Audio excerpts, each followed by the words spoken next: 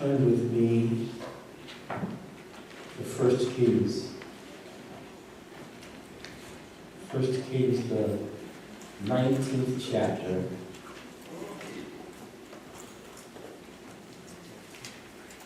First Kings, the 19th chapter.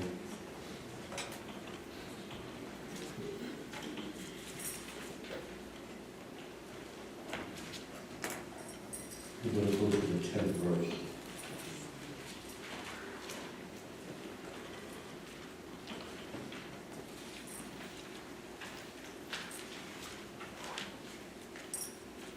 First Kings, the 19th chapter and the 10th verse. And when you have it, would you rise to your feet, please?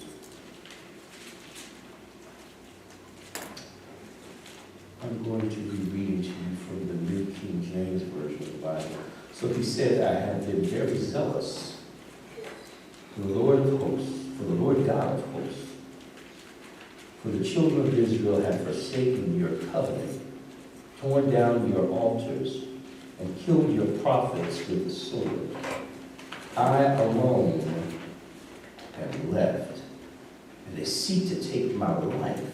Then he said, go and stand on the mountain before the Lord. And behold, the Lord passed by, and a great, strong wind tore into the mountain and broke the rocks in pieces before the Lord. But the Lord was not in the wind. And after the wind, an earthquake. But the Lord was not in the earthquake. And after the earthquake, a fire. The Lord was not in the fire. And after the fire, a still, small voice. So it was, when Elijah heard it, that he wrapped his face in his mantle. Some versions say clothes. And he went out and stood in the entrance of the cave. Suddenly a voice came to him and said, what are you doing here, Elijah? Father, we thank you. But this is the time that you feed us. So feed us now, God. The devil would like to take this time away, Lord God. The devil would like to cause trouble during this time. But we rebuke him in the name of Jesus. In the name of Jesus. Use your power. Use your grace. Use your authority. In the name of Jesus, we pray.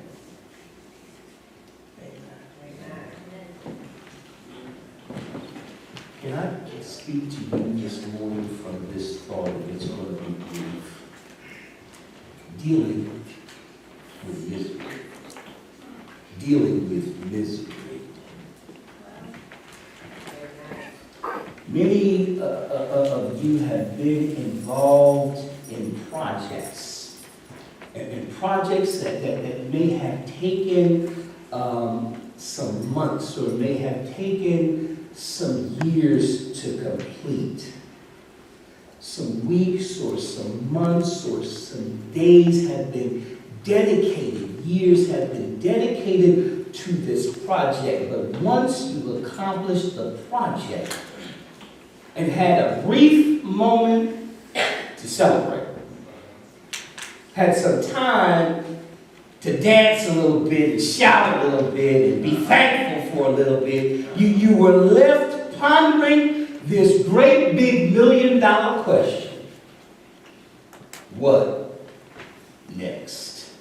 What's next? And all of this time you've been working towards this goal. You've been dreaming about its completion. You've been planning for its completion. You've been hoping that it would get completed in the way that you thought it would get completed. You have been drawing up plans. You've been counseling with people. You've been talking with folks. You've been planning ideas and looking for contingencies and looking for trouble and problems and situations that that would keep you from completing them. Now all of a sudden, you're done. You're done. And you're finished. And maybe it's been a project that's could have taken like 18 years to graduate from college.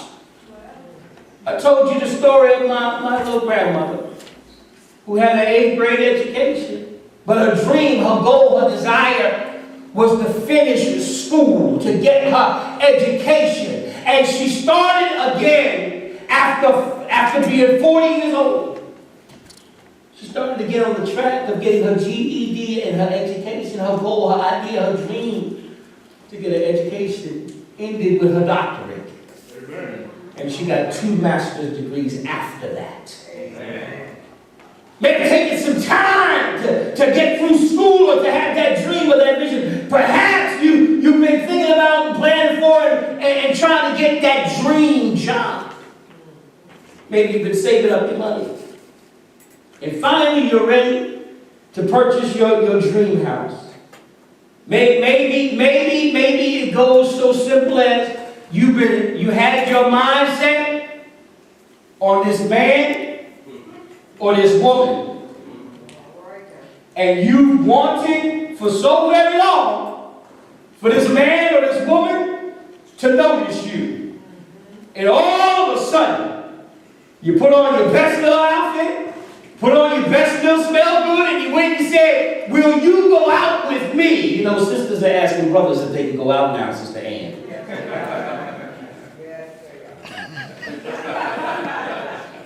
And he or she said yes. You're planning, you're dreaming, it's been your goal and your vision. Well, what I'm saying is, whatever it has, or whatever that you have been planning, you've achieved, you worked hard for it to accomplish it, and before you really had an opportunity to celebrate it, you were confronted with the reality that this is not the stopping point. This is not the place where you really thought you had time to just sit back and to relish in all of the glory of what has happened to you. Some people will go into, can we just be honest, some people will go into deep depression as they wonder, what do I have to look for? And why? What other goal now has to be met? They spent so much time going over this process that now happened yesterday in their lives. Now they finished that goal and that dream of theirs, and they're wondering, what's the task before them? That life if you ain't know it, life keeps on moving. Life, the challenges of life keep coming. And oftentimes when the day becomes new, when the new day comes, the memory of the past victories seem fading. They may have just happened 24 hours ago, but they fade. In other words, you got to celebrate while it is the season of celebration.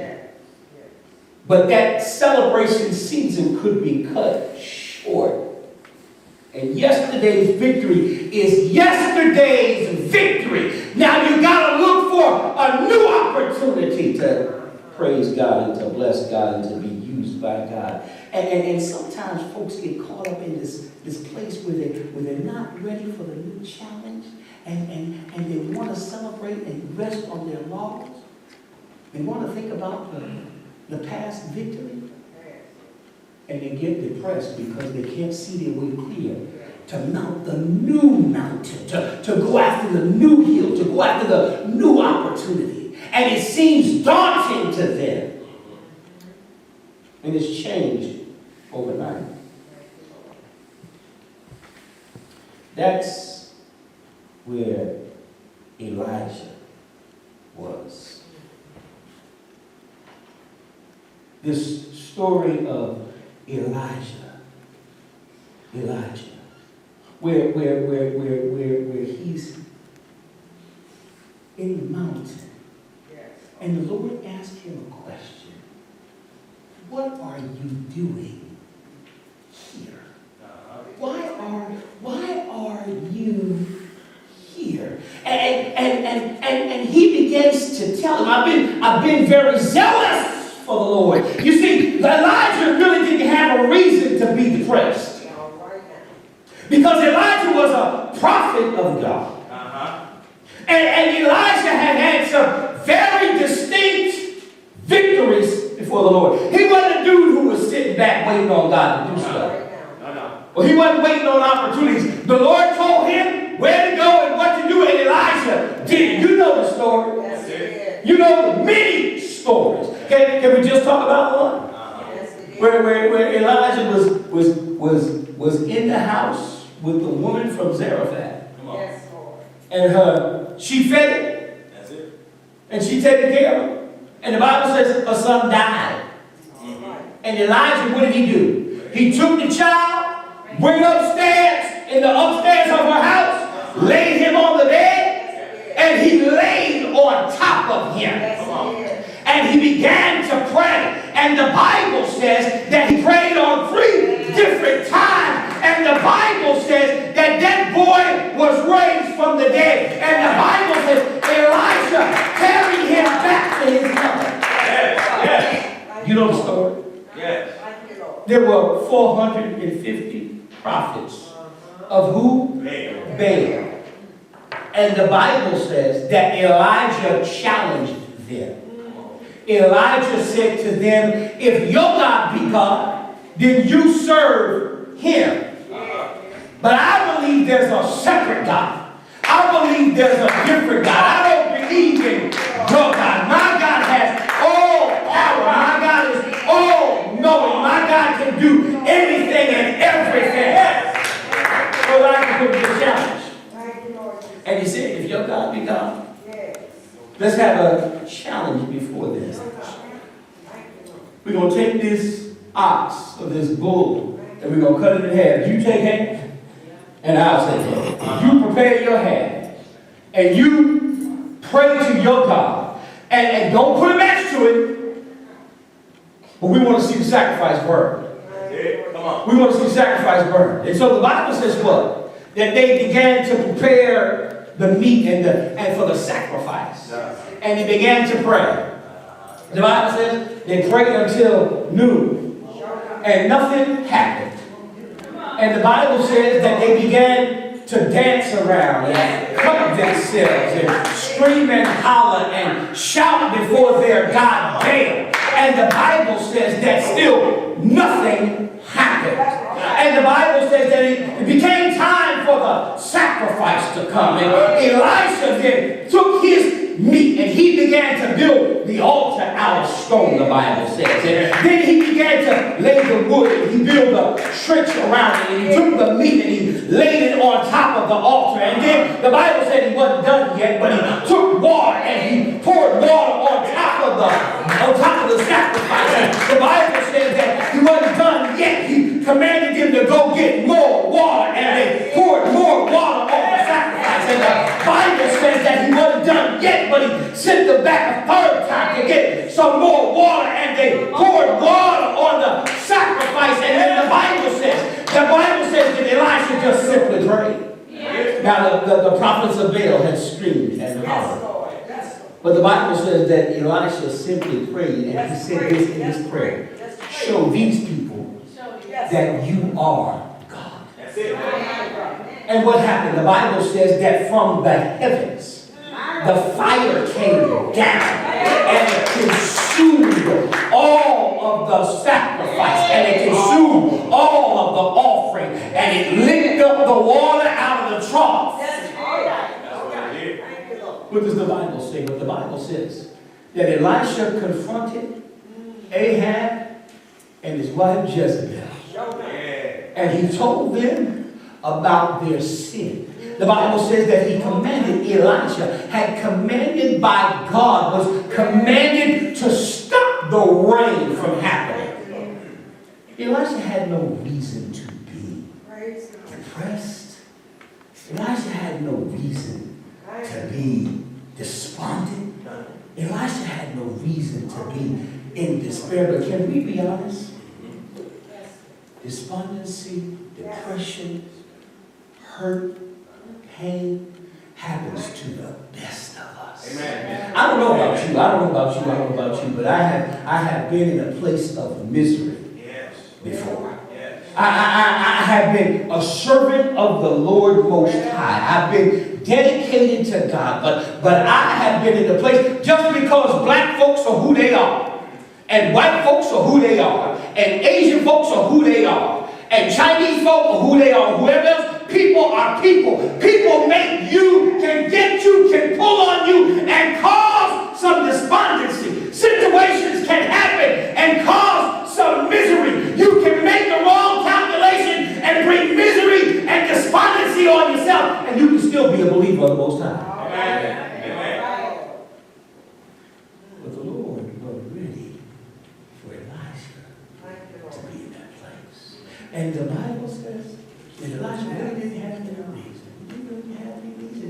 He knew the power. I could see despondency. I could see despair. I could see trouble on the horizon. If you didn't know who God was. I can understand the prophets of Baal cutting themselves and hurting themselves and being despondent. And really what happened after all that happened? Let's finish the story. What happened after all that happened? Elijah took them in. The Bible said, what did he do? He put them to death. Yes, he did. And that'll make you despondent.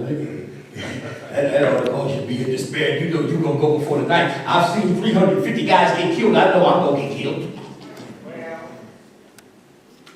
But Elijah, the prophet of God. See, we've got to recognize that the devil has a plan for us. Yes. The devil wants, he might come at you in multiple ways. And one of them is an attack on your psyche. An attack on your idea, the very idea that God has given you, the very gift that God has given you. He comes to attack that. The Bible says that Elisha was on the run. He was on the run. Now, here was a man who had brought somebody back to life. Here was a man who prayed and the heavens rained down with fire. Here was a man who had stopped the heavens from pouring down natural water. That's just the three things we're talking about right now. There were other things that Elijah had done. But the devil came to attack him in his psyche, in his mind. He came to fight him, not physically. See, the devil don't always have to put us in a bit of affliction. No. He don't always have to cause us to be in the hospital. Right. There are mental agonies that he throws at you, mental darts that he throws at you. Can I tell you something, Central Community Church of God? Yes. We have the power to fight those mental illnesses. Amen. We have the power to fight that misery. But Elisha, the prophet of God, had forgotten who he was and whom he was. Yes. Who he belonged to. Come on. I love the story. Because he ends up in the mountains. And the Lord asked the question, what are you doing? And Elijah begins to tell the Lord the history of what's happened. Now, it was almost as if Elijah said, you know what, I know the heavens are made of brass, and you can't see what's going on. It was almost as if Elijah said, you know, you went from heaven down to Florida or California and you forgot you went on vacation and forgot all about me. You can't see what's going on with me. And so the Bible says that Elijah began to recount what the children of Israel had done. They were told in the past to have no other God before God. They were told not to worship the God of Baal. And the Bible says that Elisha began to tell the Lord what the children of Israel had done. And the Bible says that Elisha said that I'm the only one. Here's another reason why I'm here. I'm the only prophet that is alive that's escaped. That's it. Why am I here? What do you mean, why am I here? I'm hiding out. It was the same prophet that after he stopped the rain, he went and left. And the Bible says that when Elisha left and he went and he sat down, the Bible says he was so despondent. The Bible says that when he left, he was fed by the ravens. And the angels gave food and water. And the ravens fed him food. He got food and water to gain strength for the journey. And in the midst of all this that happened for him, he's been given supernaturally given food and water. He's commanded death to flee. He's caused death to happen to 450 false prophets. Huh? He's called down fire from heaven.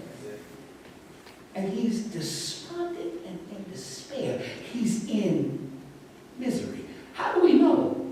Because the Bible says that he went and he sat up under a tree. And here's what he said to the Lord. He said, take my life from me. Take my life from me.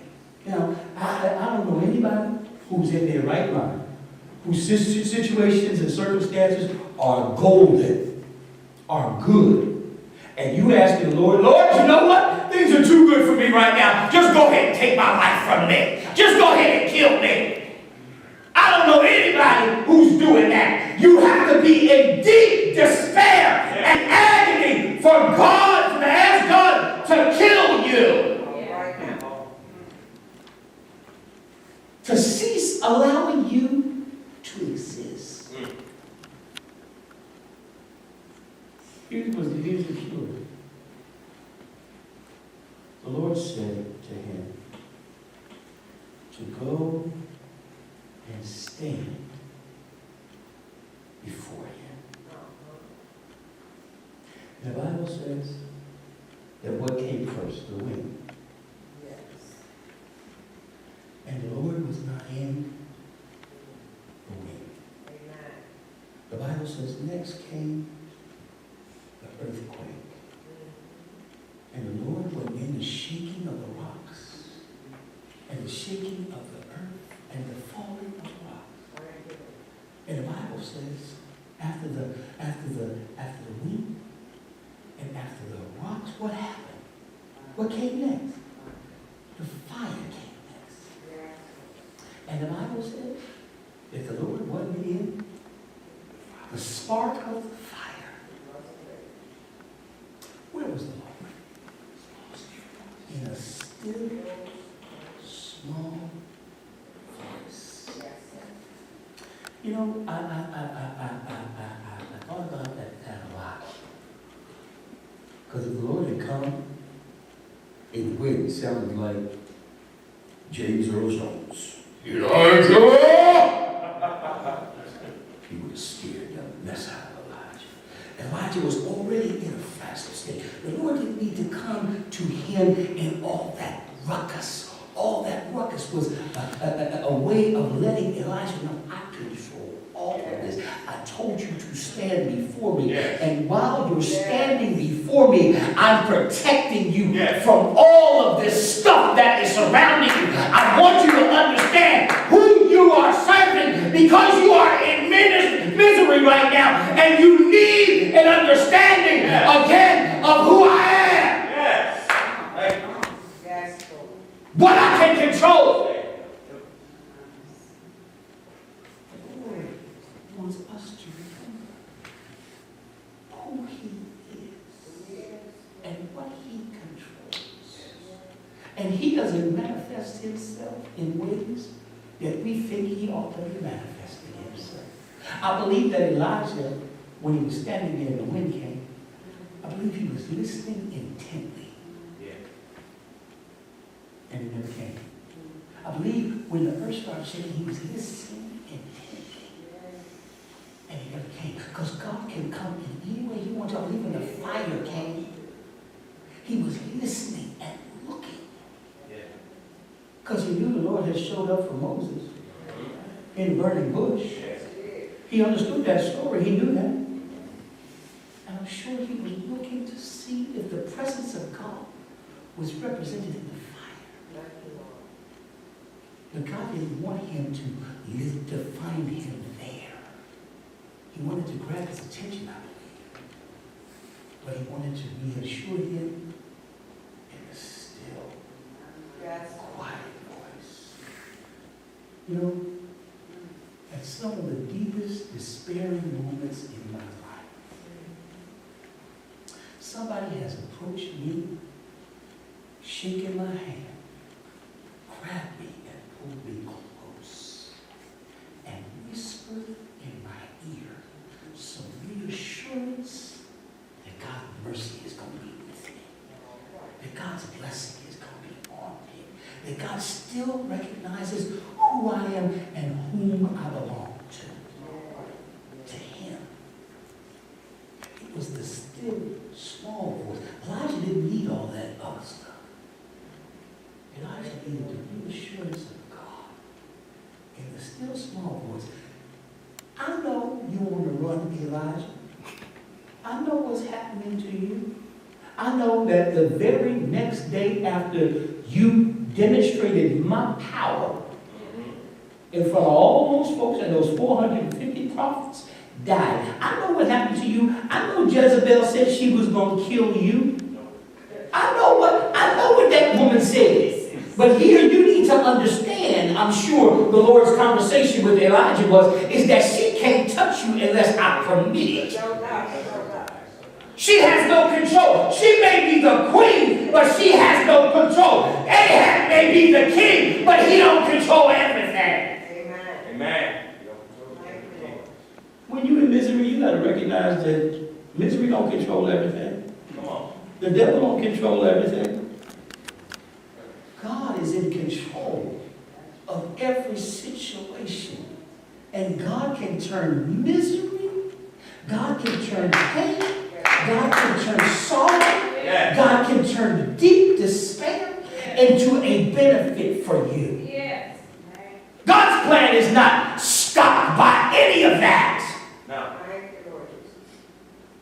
I believe you're trying to get Elijah's attention. Because here's what he said to Elijah. He said, you got to strengthen yourself. Get strong. Yes. Get strong. Why do you want to get strong? Because Elijah was thinking, I'm sure that his ministry was over. I'm the only one left. I'm the only one who's escaped. Kill me. There is no other purpose for my life. Kill me now. But what did the Lord say? The Lord said, I've got 7,000 others who have not bowed to Baal. Come on. Who have not kissed the idol. Yes. You got to get strong. You got to remember who I am. You got to think about all the things that I have done through you for others, because I got 7,000 folks who need a leader. Come on. Who need an encourager. Yeah. Who needs somebody to pray for them. Who needs somebody to speak to their condition. I got 7,000 others who need to be led to me. Come on, get strong, Elijah. Yes. Central Community Church of God. I know. I'm looking around. I see what's happening. I see folks leaving this church and leaving other churches. Left and right. Pastor, what we going to do? What we going to do? Got folk not coming back. Got folk not doing. We got folks sitting around. That's what we're going to do. What we're going to do. We're going to wait on the still small voice. Yeah. We're going to remain faithful before God. Amen. No matter what shaking happens, no matter what winds of change blow, no matter what fire tries to consume Central Community Church of God, we are going to stand firm and listen for the still, small reassurance of God. Don't get caught up in misery. Don't get caught up in pain. Don't get caught up in despondency. Don't get caught up in despair. There are other folks who haven't darkened the door of the church. There are other folks who still need to be led. There are other folks who still need the ministry of the Elijahs in this church. So that you can lead thousands to God. Thousands. Do we know that number? No, we don't know that number. But we know we need to listen for the voice of God so He can tell us whom we need to lead. Amen? Amen. Stand with me.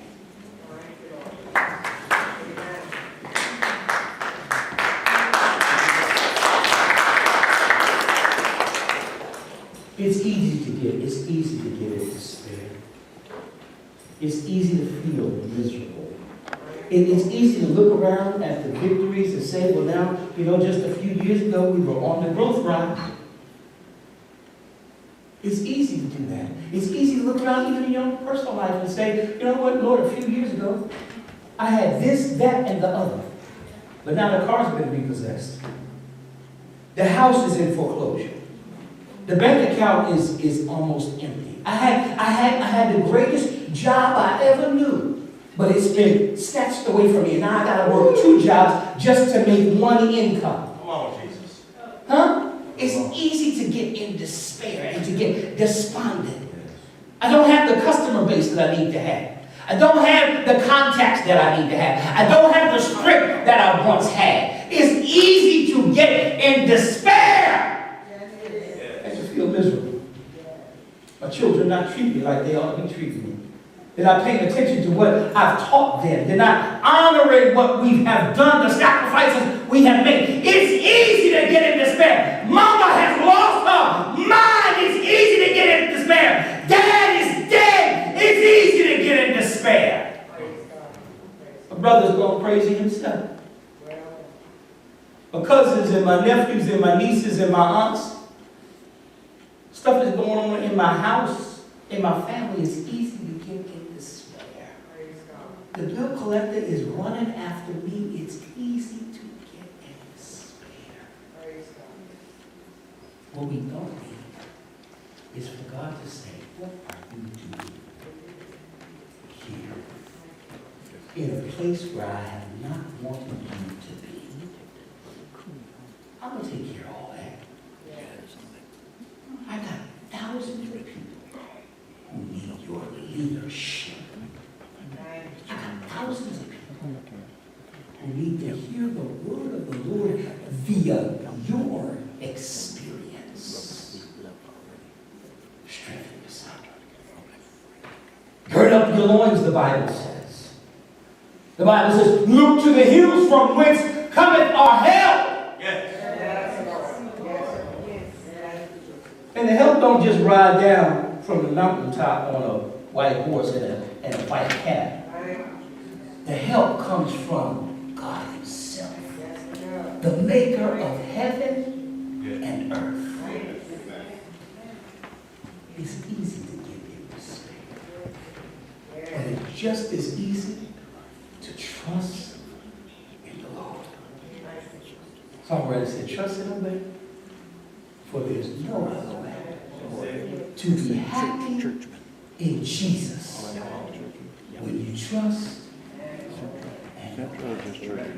Come, let's pray.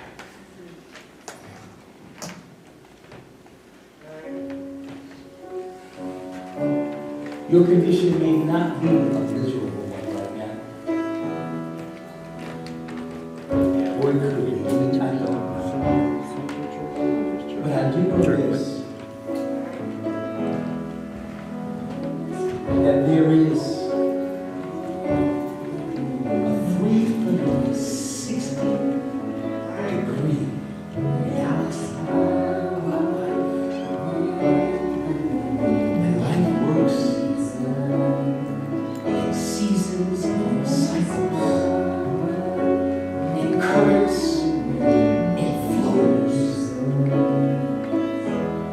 There might be an update.